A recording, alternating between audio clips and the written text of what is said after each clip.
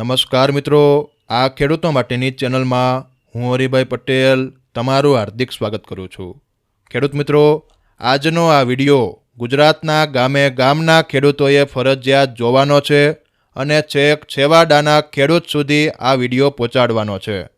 ખેડૂત મિત્રો, તમે જાણતા જ હશો કે ગુજરાત સરકારે ખેડૂતો માટે 10,000 કરોડનું સહાય પેકેજ જાહેર કર્યું છે અને આમાં પણ સરકારની કૂટનીતિ સમાયેલી છે। તેનો એક લાઈવ વિડીયો એક ખૂબ જ જાગૃત ખેડૂત નિલેશભાઈ પટેલે મોકલ્યો છે, તો તે આપણે દરેક ખેડૂતોએ છેલ્લે સુધી જોવાનો છે અને બરાબર રીતે સમજવાનો છે।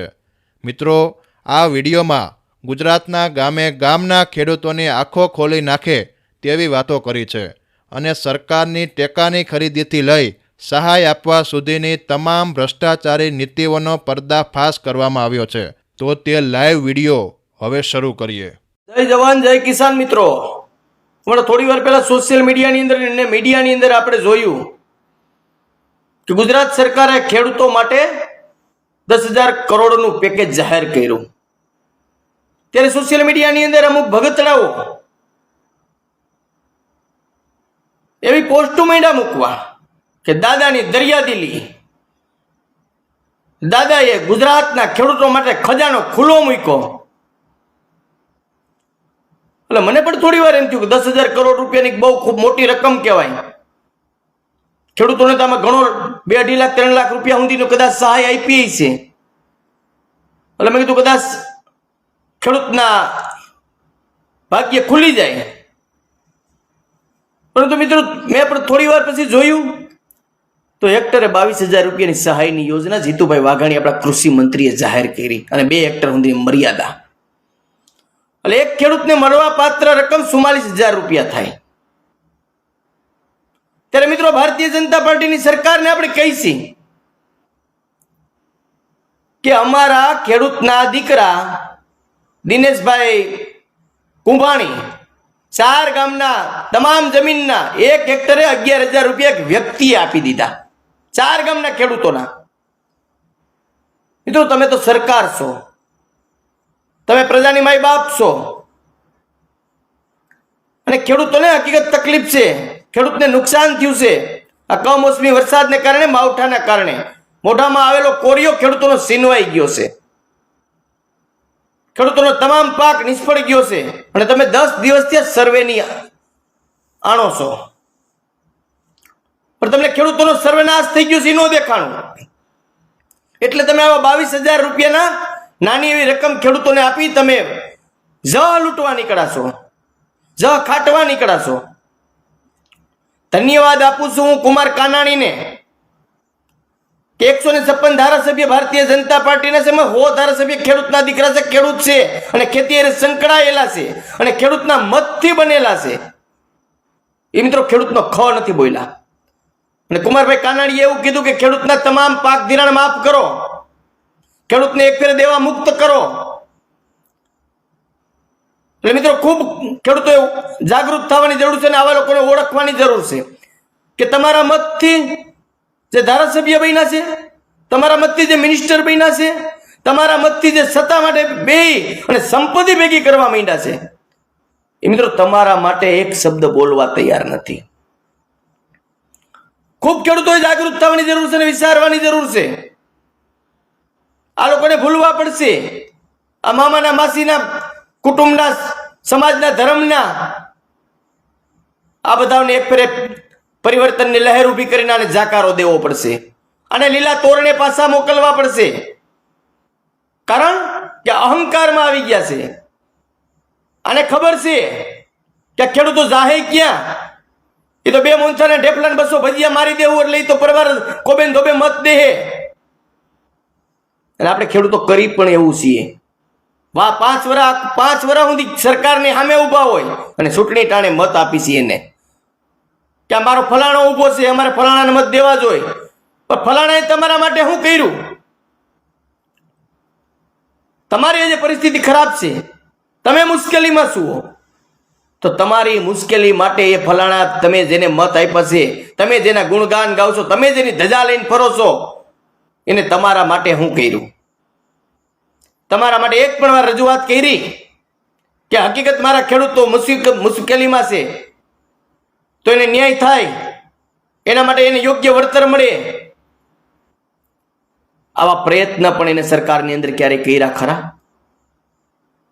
માત્ર ને માત્ર તમારા મત લઈ જાય છે, ખેડૂતોના નામે મત લઈ જાય છે. અને કેવી વાતો કરતા કે તમારા ખેતરની અંદર માલ તૈયાર થયો હોય, ગાડા ભરાવાની તૈયારી હોય, ટ્રેક્ટર ભરાતા હોય, અને કમોસમી વરસાદ થાય કે અતિવૃષ્ટિ થાય કે કોઈ પણ નુકસાની થાય, તો ભારતીય જનતા પાર્ટીની સરકાર તમને એનું પૂરેપૂરું વળતર આપશે. મિત્રો, આ શબ્દ મારા નથી, આપણા શિરોમાન્ય માનનીય વડાપ્રધાન નરેન્દ્રભાઈ દામોદરદાસ મોદીના છે. આવા ફાંકા મારી અને ખેડૂતો પાસેથી ખોબે ને ધોબે મત લીધા છે. અને હકીકત છે ખેડૂતો મુશ્કેલીમાં છે, મુસીબતમાં છે, તકલીફમાં છે. એટલે સરકાર ઉપર આશા હોય, અપેક્ષા હોય કે આ લોકો કંઈક બોલ્યા હતા તો એ પ્રમાણે કંઈક આપશે. અને મિત્રો, હેક્ટરે 22,000 રૂપિયાની અને 2 હેક્ટરની મર્યાદા, એક ખેડૂતને 44,000 મળવા પાત્ર રકમ એ બધા ખેડૂતોને મળશે પણ નહીં. માત્ર ને માત્ર વાતું, વાક કાઢે ભૂતકાળનો, સપના બતાવે ભવિષ્યના, ભૂતકાળ અને ભવિષ્યની વર્તમાનમાં માત્ર વાતો કરીને તમારી પાસે તાલીઓ વગાડાવે અને આપણે તાલીઓ વગાડી. ગયા વર્ષે 200 મણ મગફળી ખરીદી હતી, આ વર્ષે 125 મણે ઉભા રહ્યા. અને હજી મિત્રો, ખેડૂત મિત્રો ખાસ યાદ રાખજો, આ 125 મણ મગફળી પણ ખરીદવાના નથી. કારણ કેવા ધારા ધોરણ ઉભા કરશે કે તમારી મગફળી રિજેક્ટ થાય. અને ખેડૂતો પાસે ડેમેજ થઈ ગયેલો માલ છે, બધાને ખબર છે. કારણ કે વરસાદના માવઠાની અંદર તમામ મગફળી પલળી ગઈ છે. અને એ મગફળી આપણે જ્યારે લઈને જાઓ ત્યારે એના ધારણ ધોરણ મુજબ આપણી મગફળી નપાસ થાય, જેથી કરી ત્યાં એના અધિકારીઓ હોય છે, અધિકારીઓને ખેડૂતને બાંધવાનું થાય, સંઘર્ષ થાય. અને એ સંઘર્ષમાં પોલીસ વાળા ખેડૂતોને ધોકા મારશે, યાદ રાખજો. અને મગફળી ખરીદવાની 1% પણ ગણતરી નથી. મિત્રો, હું પણ જાણું છું, તમે પણ જાણો છો, અને આપણાથી 10 ગણા બુદ્ધિશાળી છે, એ પણ જાણે છે કે ગયા વર્ષે 1356 ની મગફળી ખરીદી અને એને 1750 થી 1800 રૂપિયામાં એ મગફળી સરકારને ગોડાઉને પહોંચી. એ જ મગફળી મિત્રો 950 થી 1000 રૂપિયામાં માર્કેટમાં પછી એને વેચવા કાઢી. એમાં 800 થી 900 રૂપિયાનો નુકસાની આ સરકાર ખાધી, કરોડો અજબો રૂપિયાની નુકસાની કરી. પણ સીધા ખેડૂતોને ભાવાંતર કરી 200 મણના ભાવાંતરે ખેડૂતના ખાતામાં પૈસા નાખવાનું આ લોકો નહીં કરે. એની પાછળનું કારણ છે કે એના ભ્રષ્ટાચારી લોકોને, એના પાડેલા કૂતરાઓને હાસવા માટેનો, ખેડૂતના નામે ભ્રષ્ટાચાર કરવા માટેનો એની પાસેથી એક આ નવો એક કિમિયો છે કે ખેડૂતોની મગફળી ખરીદો અને એમાં ભ્રષ્ટાચાર કરો, ગોડાઉન હરગાવો, માંડવી હરગાવો, કોતરા હરગાવો, જે કરવું પડે એ કરો. આ ખેડૂતો માટે મગફળી નથી ખરીદતા, આ ભ્રષ્ટાચાર કરવા માટે મગફળી ખરીદે છે. આપણે, મને પણ ખબર પડે, તમને પણ ખબર પડે કે આજે 1000 રૂપિયાની લમસમ બજાર છે, તો ઉપરના 750 રૂપિયા 200 મણના ખેડૂતના ખાતામાં નાખી દઈએ તો મિત્રો સરકારની તેજોરી ઉપર બોજ પણ ન પડે, ભ્રષ્ટાચાર પણ ન થાય, ખેડૂત હેરાન પણ ન થાય, અધિકારીઓના પગાર પણ ન ચૂકવવા પડે અને ખોટી માથાકૂટ પણ ન થાય. પણ મિત્રો, આ એવું નહીં કરે. આને ખેડૂતની મગફળી ખરીદવામાં કોઈ રસ નથી, માત્ર ને માત્ર ખેડૂતના નામે ભ્રષ્ટાચાર કરવામાં રસ છે. એમાં અજબો કરોડો રૂપિયા સરકારની તેજોરી ઉપર બોજ બનાવશે, પણ ખેડૂતોના ખાતામાં નહીં નાખ્યા. ખૂબ વિચાર્યા જેવી, સમજવા જેવી વાત છે. એક પણ ધારાસભ્ય આપણું બોલે નહીં, એક પણ આપણી વાત ન કરે, અને આપણે તો એમાં ધીબાધીબ થયા છે. એટલે દરેક ખેડૂતોને મારી નમ્ર વિનંતી છે, એકવાર આ પરિવર્તનની જરૂર છે, આ લોકોને ઘરે મોકલવાની જરૂર છે, જેથી કરી કોઈક સારા માણસો આવે, કોઈક આપણી વાત કરે એવા માણસો આવે, રજૂઆત કરે એવા માણસો આવે, પ્રજાનું હિત કરે એવા માણસો આવે. અહંકારી આ નેતાઓને ઘરે બેસાડવાનો સમય આવ્યો છે. અને હજી પણ આપણે જાગૃત નહીં થાય તો આવનારા સમયમાં હજુ પણ આપણને વધારે મુશ્કેલી પડશે. મિત્રો છેલ્લા 10 વર્ષની વાત કરું,